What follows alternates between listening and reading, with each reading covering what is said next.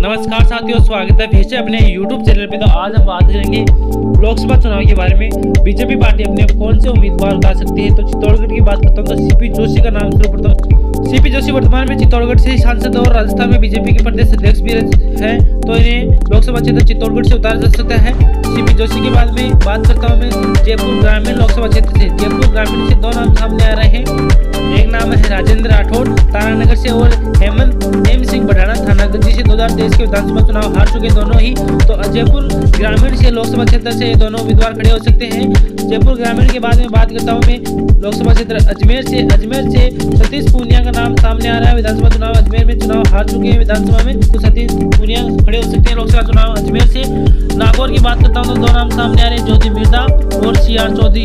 दोनों ही नागौर से पहले सांसद भी रह चुके हैं, तो ये इस बार उम्मीदवार रह सकते हैं नागौर से। चूरू की बात कर लेता हूँ। चूरू लोकसभा क्षेत्र से राहुल कस्बा और राजेंद्र राठौड़ का नाम सामने आ रहा है। राहुल कस्बा वर्तमान में चूरू से सांसद है और ऐसे में राजेंद्र राठौड़ और राहुल कस्बा में किसी एक बीजेपी की टिकट दे सकते हैं। अब बात करता हूँ मैं सीकर लोकसभा क्षेत्र से। सीकर से सुमेनानंद सरस्वती वर्तमान में सीकर के सांसद है और एक सुभाष महरिया, इन दोनों का नाम सामने आ रहा है। जबकि सुभाष महरिया भी पूर्व में सांसद रह चुके हैं, जिन्होंने 2023 में कांग्रेस छोड़कर बीजेपी ज्वाइन की है। तो ये सीकर से लोकसभा क्षेत्र से उम्मीदवार है।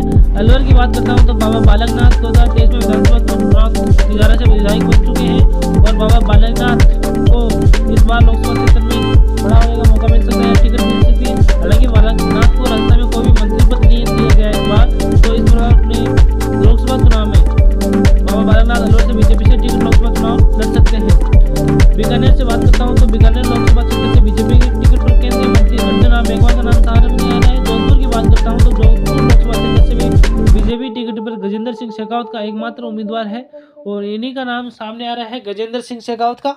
लोकसभा क्षेत्र जोधपुर के बाद में बात कर लेता हूँ मैं बाड़मेर लोकसभा क्षेत्र से। बाड़मेर से बीजेपी की टिकट पर वर्तमान में सांसद कैलाश चौधरी का नाम सामने आ रहे हैं। तो कैलाश चौधरी वर्तमान में सांसद भी है, तो ये 2024 में भी। बाड़मेर के बाद में बात करता हूँ भरतपुर लोकसभा क्षेत्र से। भरतपुर से रंजिता कोहली बीजेपी टिकट मिल सकती है इस बार। बीजेपी की टिकट पर वर्तमान में रंजिता कोहली का नाम सामने आ रहा है, तो इस बार रंजिता कोहली आ सकती है। धौलपुर करौली की बात करता हूँ तो यहाँ से बीजेपी की टिकट पर केसी वर्मा और मनोज राजौरिया का नाम सामने आ रहा है। इन दोनों उम्मीदवारों में से किसी भी एक उम्मीदवार को टिकट दी जा सकती है करौली धौलपुर लोकसभा क्षेत्र में। बात करता हूँ टोंक सवाईमाधोपुर की, तो टोंक सवाईमाधोपुर से सुखबीर सिंह ढोलपुरिया वर्तमान में सांसद है, जबकि विजय वैसला स्वर्गीय कर्नल केवड़ी सिंह वैसला के पुत्र, इन दो नामों सामने आ रहा है। तो इन दोनों में से बीजेपी पार्टी किसी एक उम्मीदवार को टिकट दे सकती है। इसमें बीजेपी की टिकट पर टोंक सवाईमाधोपुर, इन दोनों में से किसी भी एक चुनाव लड़ना लगभग तय माना जा रहा है। तो इन दोनों में से किसी भी एक उम्मीदवार को पार्टी टिकट दे सकती है टोंक सवाईमाधोपुर लोकसभा क्षेत्र में।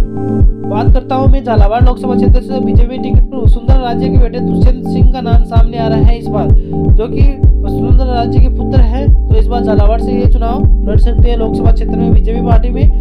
बात कर लेता हूँ मैं अगले दौसा से जगमोहन मीणा और अर्चना मीणा का नाम सामने आ रहा है। जगमोहन मीणा बीजेपी के दिग्गज नेता डॉक्टर किरोड़ीलाल मीणा के छोटे भाई हैं, तो इस बार ये भी उम्मीदवार रह सकते हैं, या फिर अर्चना मीणा की बात करता हूँ। दौसा की सांसद जसकौर